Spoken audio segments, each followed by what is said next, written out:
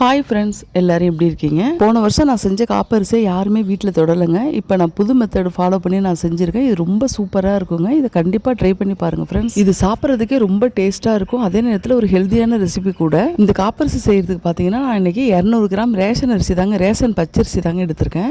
அரிசியை நல்லா கழுவிட்டு பார்த்தீங்கன்னா கை பொறுக்கிற அளவுக்கு வெந்நீர் எடுத்து நான் அதில் ஊற்றி நான் வச்சுருக்கேங்க. நல்லா ஊறட்டும். ஒரு 3/4 மணி நேரம் போல் நல்லா ஊறிடுச்சுங்க. அடுத்து ஒரு வடிகட்டியில் இதை நம்ம உள்ளே சேர்த்துட்டு பார்த்தீங்கன்னா தண்ணியெல்லாம் ஃபுல்லாகவே வடியணும். இந்த மாதிரி அதே போல் நம்ம ரெடி பண்ணிக்கலாம். அடுத்து அந்த அரிசியை பார்த்தீங்கன்னா ரவை பதத்துக்கு நம்ம மிக்சியில் உடச்சி எடுத்துக்கலாங்க. ரொம்ப நைஸாலாம் உடைக்கக்கூடாது.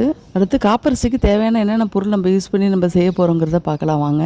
நான் இன்னைக்கு 200 கிராம் அச்சு வெல்லம் எடுத்திருக்கேன். நாட்டு சக்கரை கூட எடுத்துக்கலாங்க. 200 கிராம் மீடியம் சைஸ் தேங்காய் மூடி எடுத்து அதை சின்ன சின்னதாக நான் கட் பண்ணி வச்சுருக்கேங்க. 3 டேபிள் ஸ்பூன் அளவுக்கு வறுத்த நிலக்கடலை எடுத்து வச்சுருக்கேங்க. 1 டேபிள் ஸ்பூன் அளவுக்கு பொட்டுக்கல் எடுத்து வச்சுருக்கேங்க. அடுத்து ரவை பதத்துக்கு உடச்சி வச்சிருக்கிற பச்சரிசியை ஒரு கடாயில் போட்டு மீடியம் ஃப்ளேமில் வச்சுட்டு நம்ம இப்போ வறுத்து எடுத்துடலாங்க. இது எப்படி வறுக்கணும்னு பார்த்தீங்கன்னா ஹை ஃப்ளேம் இல்லாமல் மீடியம் ஃப்ளேம்லேயே பார்த்தீங்கன்னா நல்லா வறுத்தோம்னா அந்த ரவாவை எந்த அளவுக்கு கொட்டினா எப்படி இருக்கோ அதே போலயே இருக்கணும். இந்த மாதிரி நான் இப்போ ரவையை பச்சரிசியை உடச்சிக்கிட்டு வறுக்கிறேன். முழுசாக கூட பச்சரிசியை நல்லா வறுத்துட்டு கூட உடச்சிக்கலாங்க. எப்படி வேணாலும் செய்யலாம், நல்லா தாங்க இருக்கும். ஒரு கடாயில் 1 ஸ்பூன் நெய் மட்டும் நான் விட்டு இந்த தேங்காயை நல்லா வறுத்துக்கிறாங்க. நெய் பார்த்தீங்கன்னா தாராளமாக 1 டேபிள் ஸ்பூன் அளவுக்கு இந்த ரெசிபிக்கு நம்ம சேர்த்துக்கலாங்க. காப்பரிசிக்கு ரொம்ப டேஸ்ட்டாக தாங்க இருக்கும். என்கிட்ட நெய் கம்மியாக இருந்ததுனால 1 ஸ்பூன் அளவு மட்டும் தான் நான் சேர்த்துருந்தேன்.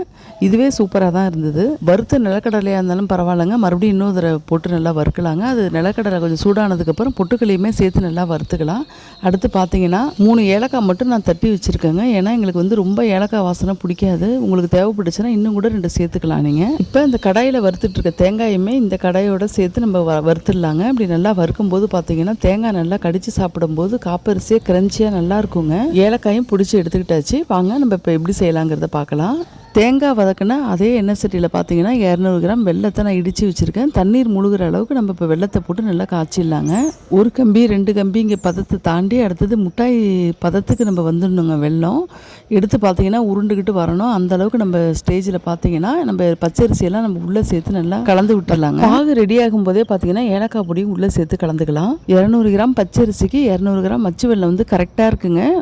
ஸ்வீட் கரெக்டாக இருக்குது, போதும் இதுவே. அடுத்து வறுத்து வச்சிருக்கிற தேங்காய் நிலக்கடலை பொட்டுக்கல்லை நம்ம உள்ள சேர்த்து நம்ம இப்போ கலந்து விட்டுறலாங்க. அடுத்து இன்னொரு கடாயில் பார்த்தீங்கன்னா 1.5 ஸ்பூன் அளவுக்கு கருப்பில் சேர்த்து நல்லா வெடிச்சதுக்கப்புறம் நம்ம இந்த காப்பரிசிலே கலந்துக்கலாங்க. அவ்வளோதாங்க, சூப்பரான காப்பரிசி ரெடி ஆகிடுச்சிங்க. இந்த காப்பரிசி வச்சு தான் நான் இன்றைக்கி ஆடி 18 அன்றைக்கி சாமி கும்பிட்டேங்க. நீங்களும் உங்கள் வீட்டில் ட்ரை பண்ணி பாருங்கள் ஃப்ரெண்ட்ஸ். ரொம்ப டேஸ்ட்டாக இருக்கும். இந்த நிலக்கடலாம் சேர்த்துருக்கிறதுனால ரொம்ப டேஸ்ட்டு சூப்பராக இருக்கும். தேங்காய் நிலக்கடலை பொட்டுக்கல் எல்லாம் சேர்த்து சாப்பிடும்போது ரொம்ப கிரன்ச்சியாக சூப்பராக இருக்கும். காப்பரிசியை ரொம்ப சாப்பிடாதவங்க கூட இந்த மாதிரி மெத்தடில் செஞ்சு கொடுத்தீங்கன்னா எல்லாமே காலி ஆகிடுங்க. எங்கள் வீட்டில் எல்லாமே காலி ஆகிட்டு ரொம்ப சூப்பராகவும் இருக்கும், ரொம்ப ஹெல்த்தியானதும் கூட.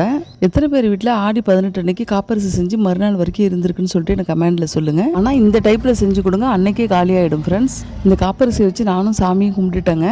இந்த வீடியோ பிடிச்சா லைக் பண்ணுங்கள் ஃப்ரெண்ட்ஸ். ஃப்ரெண்ட்ஸ் அண்ட் ஃபேமிலிக்கு ஷேர் பண்ணி விடுங்க. நீங்கள் என்னோடய சேனலுக்கு புதுசாக இருந்தீங்கன்னா உடனே சப்ஸ்கிரைப் பண்ணிக்கோங்க ஃப்ரெண்ட்ஸ். ஃப்ரெண்ட்ஸ் அண்ட் ஃபேமிலிக்கு இந்த வீடியோ உடனே ஷேர் பண்ணி விடுங்க. தொடர்ந்து என்னோடய சேனலுக்கு சப்போர்ட் பண்ணுங்கள் ஃப்ரெண்ட்ஸ். தேங்க்ஸ் ஃபார் வாட்சிங்.